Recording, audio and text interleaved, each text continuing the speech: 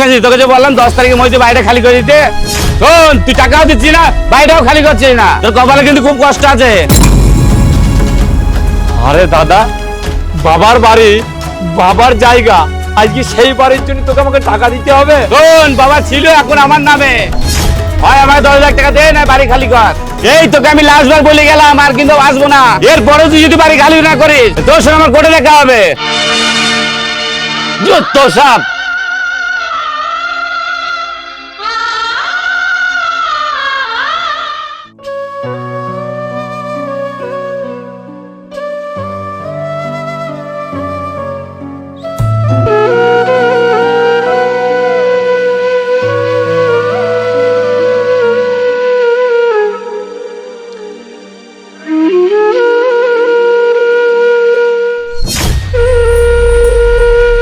কি গো, কি চিন্তা করছো? চিন্তা করবো বলো? আমি কোনদিন ভাবতেও পারিনি যে আমার নিজের দাদা আমার সঙ্গে এত বড় বেইমানি করবে। আরে ওইসব ছাড়ো, কপালে যেটা আছে সেটা তো হবেই। আমি বলি কি, তুমি কোনো ঝামেলা টামেলা করো না, ওই কেস কামানির থেকে দূরেই থাকো। তোমার দাদা যেটা বলছে সেটাই করো। ওকে 10 লাখ টাকা দাও, দিয়ে বাড়িটা নিজের নামে করে নাও। আরে 10 লাখ টাকা তোকে আমি দিয়েই দিতাম, কিন্তু 10 লাখ টাকা আমি পাবো কোথায় যে ওকে দেবো? বলছি তুমি আমার গয়নাগুলো বেচে দাও না। আরে তোমার গয়না বেচে কত লাখ টাকা হবে? খুব জোর 2 থেকে 3 লাখ টাকা হবে।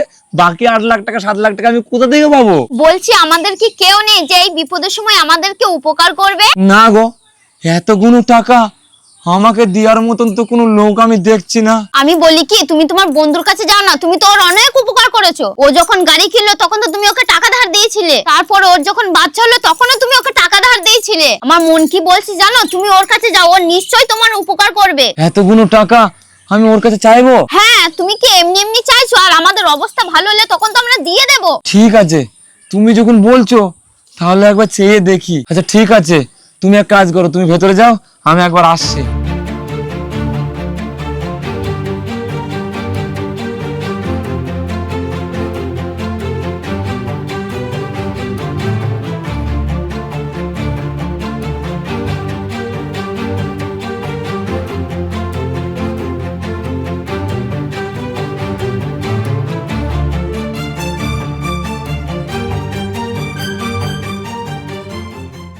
আরে বন্ধু, তুই আমাকে এমন টাইমে টাকা চাইলি না, আমি তোকে লজ্জায় মুখ দেখাইতে পারছি না। বলছি বন্ধু, তোর কাছে সব না হোক কিছু তো হবে। আরে বন্ধু, তুই আমাকে আর লজ্জা দিস না। আমার কাছে যা টাকা ছিল ওরা 2 দিন আগেই আমি গাড়িটা কিনলাম। সত্যি আমার না খুব খারাপ লাগছে, তুই যে আমার উপরে কত উপকার করেছিস। আর যদি আমি তোর উপকার করতে পারতাম, আমি নিজেকে ধন্য মনে করতাম। কিন্তু বন্ধু তুই বিশ্বাস কর, আমার কাছে না এখন 1 টাকা নেই। যদি আমার কাছে টাকা থাকতো না, তোকে আমি এই বাড়িতে কোনদিন খাওয়াতে যেতে দিতাম না। তুই এমন টাইমে টাকাটা চাইলি না, আমি কিছু করতেও পারছি না। তুই এক কাজ কর, তুই অন্য জায়গায় ব্যবস্থা কর। আচ্ছা ঠিক আছে বন্ধু, আমি তাহলে উঠি। হ্যাঁ ঠিক আছে।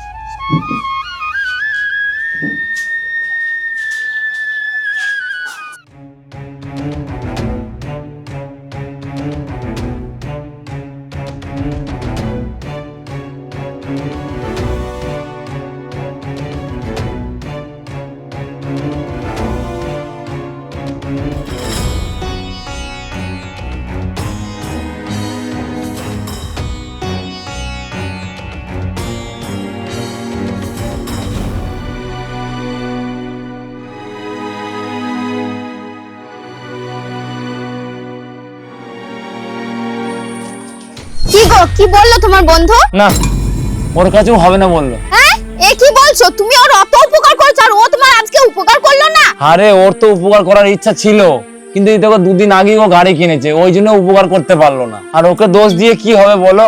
ওর কাছে যদি টাকা না থাকে তাহলে ও কি করে উপকার করবে? তাহলে তুমি এক কাজ করো, এতদিন খাটাখাটনি করে যে জমিটা কিনেছিলে সেই জমিটা তুমি বিক্রি করে দাও।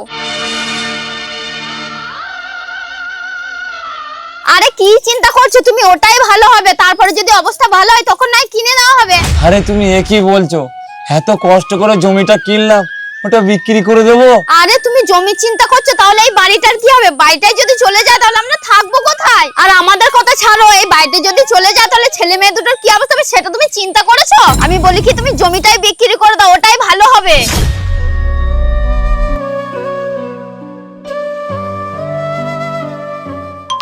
আরে ঠাকুমা কোথায় যাচ্ছো? আরে কোথায় আমার যাবো, এই তো বাজার পেনে যাচ্ছি।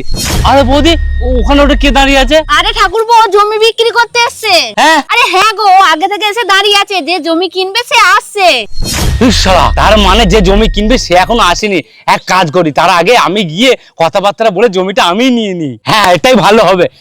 আচ্ছা বৌদি, আমি একটু আসি। হ্যাঁ,